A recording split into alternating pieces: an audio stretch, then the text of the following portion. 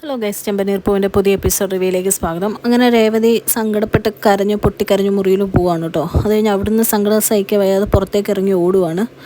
ആ സമയത്ത് നമ്മുടെ ദേവും അമ്മയും കൂടെ അമ്പലത്തിൽ പൂ വിറ്റുകൊണ്ടിരിക്കുന്ന സമയത്ത് പെട്ടെന്ന് രേവതി അങ്ങ് വരുന്ന കാണുവാണ് കേട്ടോ.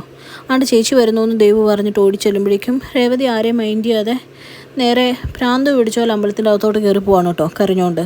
ആ സമയത്ത് പുള്ളിക്കാരി അവിടെ ചെന്ന് ആദ്യം കുറച്ച് വെള്ളമൊക്കെ എടുത്ത് തലയിൽ കൂടെ ഒഴിക്കുന്നുണ്ട്. പോകുന്ന വഴിക്ക് തിരുമേനി എന്താ മോളെ രേവതി സുഖമല്ലേ എന്നൊക്കെ ചോദിക്കുന്നുണ്ടെങ്കിലും ഒന്നും മിണ്ടുന്നില്ല കേട്ടോ.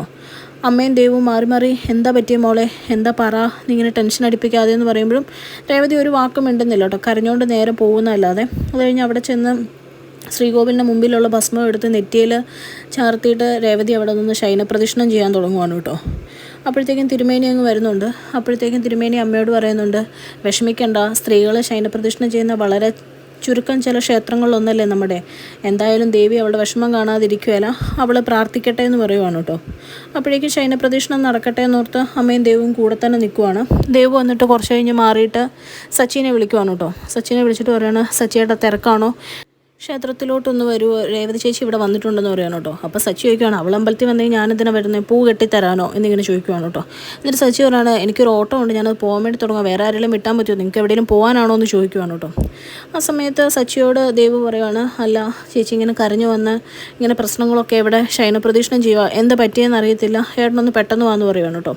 അപ്പോൾ നമ്മുടെ സച്ചി വേറെ ആർക്കോ ഓട്ടം പിടിച്ചു കൊടുത്തിട്ട് നേരെ അവിടുന്ന് ക്ഷേത്രത്തിലോട്ട് പോവുകയാണ് കേട്ടോ. ക്ഷേത്രത്തിൽ ചെന്ന് സച്ചി നോക്കുമ്പോഴും രേവതി ശയനപ്രദക്ഷിണം ചെയ്യുന്നതാണ് കാണുന്നത്. ഒന്നും ആരും വന്നതും അറിയുന്നില്ല, ആരോടൊന്നും മിണ്ടുന്നില്ല, അങ്ങനെ കരഞ്ഞുകൊണ്ട് ശയനപ്രദക്ഷിണം ചെയ്തുകൊണ്ടേ ഇരിക്കുവാണ് കേട്ടോ.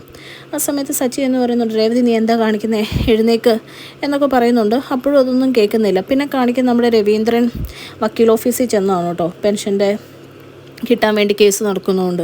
ആ സമയത്ത് അശോകൻ പറയുന്നുണ്ട്, താൻ വിഷമിക്കേണ്ടോ, തനിക്ക് അനുകൂലമായിട്ടേ വിധിയൊക്കെ വരുള്ളൂ, സമാധാനപ്പെട് എന്നൊക്കെ പറഞ്ഞ് ആശ്വസിപ്പിക്കുന്നുണ്ട്. ആ സമയത്ത് വക്കീൽ വന്നിട്ട് പറയും, മധുസൂദനൻ സാറാ വരുന്നേ, ഒന്നും വിഷമിക്കേണ്ട, ജയിച്ച പോലെ തന്നെ സമാധാനമായിട്ട് രവി സാർ ഇപ്പോൾ വീട്ടിൽ പൊക്കോളം പറയുവാണ് കേട്ടോ. അങ്ങനെ രവി സാറും അശോകനും വീട്ടിൽ പോവാണ്. പോകുന്ന വഴിക്ക് വീട്ടിൽ നടക്കുന്ന ഓരോ പ്രശ്നങ്ങളും കാര്യങ്ങളും ഒക്കെ അശോകനോട് രവീന്ദ്രൻ പറയുന്നുണ്ട് കേട്ടോ. വീട്ടിലൊരു സമാധാനം, കഴിഞ്ഞ ദിവസം റെസ്റ്റോറൻറ്റിൽ നടന്ന കാര്യങ്ങളും ഒക്കെ പറഞ്ഞ് കൂടെ വിഷമിക്കുകയാണ് കേട്ടോ. ആ സമയത്ത് അശോകൻ പറയുന്നുണ്ട്, താനൊന്നും ഓർത്ത് വിഷമിക്കേണ്ട, തനിക്ക് നാളെ തൊട്ട് നല്ല സമയമാണ്, സമാധാനപ്പെട്, താൻ സമാധാനമായിട്ട് പോകുമെന്നൊക്കെ പറഞ്ഞ് അവരവിടുന്ന് പിരിയുന്നുണ്ട് കേട്ടോ. പിന്നെയും ക്ഷേത്രത്തിലെ രംഗമാണ് കാണിക്കുന്നത്. എന്ത് പറഞ്ഞിട്ടും രേവതി കേൾക്കുന്നില്ല കേട്ടോ. അവസാനം സച്ചി രേവതിനെ കയ്യെ പിടിച്ച് എഴുന്നേപ്പിച്ചിങ്ങനെ ചേർത്ത് നിർത്തുന്ന സമയത്ത് മേൽശാന്തി അവിടെ വരുവാണ് കേട്ടോ. മേൽശാന്തി പറയുന്നുണ്ട്, ഞാൻ രേവതിനെ കാണാൻ തുടങ്ങിയിട്ട് കുറേ വർഷങ്ങളായി, ഒരിക്കൽ പോലും ഈ കുട്ടിയുടെ മുഖത്ത് പുഞ്ചിരിച്ച് അല്ലാതെ ഞാൻ ഈ കുട്ടീനെ കണ്ടിട്ടില്ല. ഇതെന്ത് പറ്റിയോ, നിങ്ങൾ തമ്മിൽ എന്തെങ്കിലും പ്രശ്നമുണ്ടെങ്കിൽ അത് പറഞ്ഞു തീർക്കണം, അല്ലാതെ ഇങ്ങനെ കൊച്ചിനെ വിഷമിപ്പിക്കരുതെന്നൊക്കെ സച്ചിനോട് പറയാണ് കേട്ടോ. രേവതിയുടെ അമ്മയും ചോദിക്കുന്നുണ്ട്, എന്തെങ്കിലും പ്രശ്നമുണ്ടോ നിങ്ങൾ തമ്മിൽ, പറ മോനെ എന്ന് പറയുന്നുണ്ട്. അപ്പോൾ സച്ചി പറയുന്നുണ്ട്, ഒന്നുമില്ല എന്ന് പറയുന്നുണ്ട്. ദേവു പറയുന്നുണ്ട്, ചേച്ചി വീട്ടിൽ ചെന്നപ്പോൾ വരെ ഹാപ്പി ആയിരുന്നമ്മേ, അവിടെ എന്തോ സംഭവിച്ചിട്ടുണ്ട്, ആരോ ചേച്ചിയോട് എന്തോ പറഞ്ഞിട്ടുണ്ട്, അതാ ചേച്ചിക്ക് ഇത്ര സഹിക്കാൻ പറ്റാത്ത പോലെ ഇരിക്കുന്നതെന്ന് പറയുകയാണ് കേട്ടോ. ഇത് കേൾക്കുമ്പോൾ സച്ചിക്ക് വിഷമം വരുന്നുണ്ട്. സച്ചി ഇങ്ങനെ രേവതിനെ ആശ്വസിപ്പിക്കുന്നുണ്ട് കേട്ടോ. എന്താ പറ്റിയ, നീ പറ, ആരാ നിന്നോട് എന്താ പറഞ്ഞതെന്നൊക്കെ ചോദിക്കുന്നുണ്ട്. പെട്ടെന്ന് സങ്കടം സഹിക്കാൻ പറ്റാതെ പൊട്ടിക്കറിഞ്ഞ രേവതി സച്ചിയുടെ നെഞ്ചിലോട്ട് ചാഞ്ഞു കൊടുക്കുവാണ് കേട്ടോ. സച്ചി ആശ്വസിപ്പിക്കുന്നുണ്ട്. എന്നിട്ട് രേവതിനെ അമ്പലത്തിൽ നിന്ന് കൂട്ടിക്കൊണ്ട് പോവുകയാണ് കേട്ടോ.